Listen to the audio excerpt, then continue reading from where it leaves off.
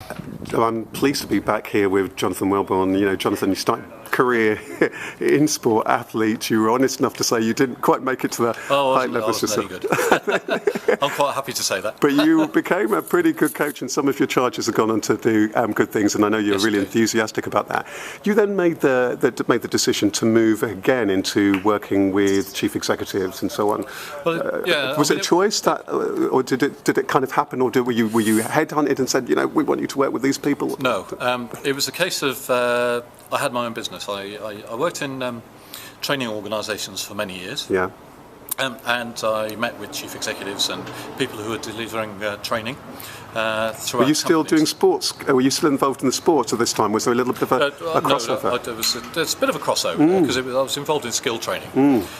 But having been made redundant from that area, I thought I'd like to become involved in business in a way which you know, it's a challenge. You know, it's a bit like the challenge that I used to run marathons, and I thought I've never done 400s, so I'll jump from doing marathons to 400s, see how much progress I make, which is bizarre. Well, that's quite a completely bonkers way of doing it. But, you know, I was up for anything. So I did actually start to work with a colleague who we did a business, and we made all sorts of mistakes. Sure, no sales. You know, not accounting, all the things that you shouldn't do, we did. And we really didn't sort of focus on what needed to be done to a certain extent. And through over a period of years, we learned, because, you know, you have to. Anyway, so having done that, I stopped doing that, sold the business. In 2006, I think it was, and I became involved with business advisory services because I've got the background, again on the skills side. But I started to work with chief executives in businesses because we were going out to talk to them about their skill needs, how it related to the business planning, what they did, how they achieved what they wanted to achieve, had they got the skill levels within the company for their company to do it. But what increasingly sort of became obvious to me is that, you know, chief executives are very busy, very busy people. But I also wondered about their skill levels. I was starting to think about, you know, my skill levels in the athletics and standing outside, because they continually were doing things in a sort of, I don't know what the expression was. They were doing it repetitiously. They were doing things because they needed to be done. Anyway, I joined a company locally here, which basically we sat and we worked on trying to get chief executives into a group and had a peer group situation where we brought chief executives together. And it was a very powerful tool, because what they started to do was self-analyse what was going on within their businesses, and it gave them time to be creative. And generally, I want to ask a question here. You know, generally within organisations, chief executives, how did they stack up to people who are leading sports team or as athletes? Did they? Were you impressed? What was the mentality like? And you talked about stuff like the skills level. Generally, what's been your observation? I know it's a bit of a generalism, but did you find that actually they were leading good teams, they were very focused, they were putting in the effort, the determination? Because I think there's a lot of parallels here between getting effective sports teams and so on and running effective teams and organisations. Okay. Perhaps I can take it back to a sporting analogy. We've just had the Tour de France, and the team from Sky have won the Tour de France. Okay, with Bradley Wiggins, and also as Mark Cavendish is also part of that team and is a sprinter. But they've only done it by focusing not only on the detail, but focusing on the strategy. Okay, what I found was that because many chief executives were spending a lot of time doing, you know, detailed things, they hadn't got teams in place with the necessary skills to give the chief executives time to breathe. And you often found that chief executives missed things because they were so busy doing things, and they should be moving their company strategically from one area to another. And by doing so, they made mistakes and sometimes lost contracts, quite big contracts. Where we found the a company was like that, and they'd perhaps grown as individuals to have 70, 80 people from being maybe a tradesperson. They just really needed the time to sit back and address basic issues, which I, as an athletics coach, had the time to do, but also, the team Sky focused on getting excellence within the team. Right. So I think and working together. Right. And so often we came across it was that chief executives didn't have the time to focus on that, particularly in small to medium enterprises.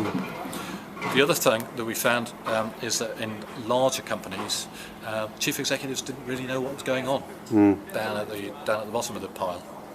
So, it's very difficult to get the balance right. So the analogy breaks down when you've got small teams like Team Sky to large teams of organisations. One of the other things which I think is good, particularly in small businesses, if they can do it, is for the chief executives to have that time to be creative. And that was one of the powerful messages that came across. And is there a link there with, I think when we were talking earlier, you touched on this, for example, sport, presumably, yes. When you're working with athletes, you need to be quite creative about the programs you put together, how you work with them, make sure that it's fun. Are you saying that very often within organisations that there's not necessarily that ethic to necessarily do that? And I guess there's that... A lot of organisations can crush creativity by producing too many mundane things that staff have to do. And chief executives can find that their creativity disappears as well because they're too busy. Right. The analogy that I make, I will have an athlete will come to me and I'll be stuck, not for things to do because I know what they need to do, but how to get that person to be able to engage with that particular structure or that particular way of doing things. So I've got a person who could be a very good 400-metre runner, and I need to increase their endurance level. Yeah. But it can be a real battle to get them to engage, to bring the endurance on board. And I have to think very creatively about how to, if you like, trick them into becoming an 800-metre runner. And vice versa, I have to trick people sometimes to get quicker. But I have to work with them in a particular way to make them, to mould them to become a much quicker person. And so when it comes to business, what are some of the things there that you might be doing, just to give us, because what you're saying there sounds fascinating, isn't it? When I work with people in business, chief executives and so on, all the kind of things that you describe are very important, how they lead the team, how creative they are, having that time to step back and so on. And I loved what you were describing there about, playfully tricking them to get them to stop and to look at things like the skills level and so on. Can you give me a bit of an idea of the kind of journey that you take them on, which is presumably to help them to be far more strategic, to be far more clear, to perhaps step back from necessarily feeling that they always need to do things the way that they have done, perhaps for them to open up their eyes and explore new horizons and so on. Can you just tell us a little bit about some of the things, the journey that you might take a chief executive on? Sometimes, particularly in small to medium enterprises with about 30 members of staff, chief executives cannot break out of their mindset. What was so powerful about this program, getting people together, is that they could focus on getting the basics in place, getting a really good team in place. That's the first thing, getting business planning in place, okay? But then stepping outside of all of that and looking to talk about other areas and other opportunities that might be buzzing around, which bring value to the business. And by value, I don't just mean money, because that's the outcome of bringing creative ideas into the business.